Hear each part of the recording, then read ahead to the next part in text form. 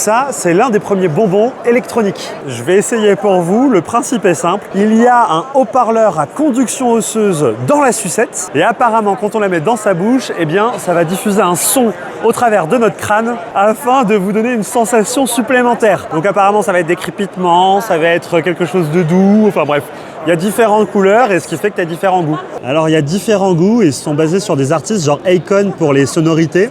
Je vais prendre celle-ci. Il y a un bouton on-off. Hop, voilà. Ça brille. Je vais pouvoir l'utiliser. Et maintenant, c'est parti. Je vais pouvoir essayer. Ça me fait peur. Allez, j'essaye. Ça n'a aucun sens. Donc, ça a bien goût de sucette. Hein. C'est une vraie sucette. C'est un vrai bonbon dessus.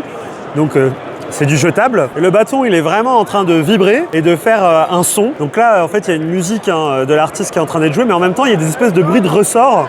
Et donc, quand je la mets dans la bouche, dans mon crâne, ça fait boing, boing, boing, boing, boing, boing, boing, boing. Je sais pas si c'est une bonne idée pour les gosses, parce qu'en plus du sucre qui rend déjà bien hyperactif, t'as du son pour encore plus exciter ton cerveau. N'empêche que le concept est trop drôle. Après, on peut déplorer quand même qu'à la fin, le bâton, je sais pas ce que ça devient, mais je suppose qu'on va le jeter, quoi. Du coup, je leur ai demandé si un jour ils comptaient faire quelque chose de réutilisable, ce qui serait pas mal, parce que bon. Eh ben oui, à l'avenir, ils voudraient faire un petit support à l'intérieur pour qu'on puisse venir mettre les aliments de son choix et qu'on ait les sensations du bâton quand même. Si jamais ça vous intéresse, les sucettes sont maintenant disponibles aux États-Unis et au prix de 9 $. Voilà.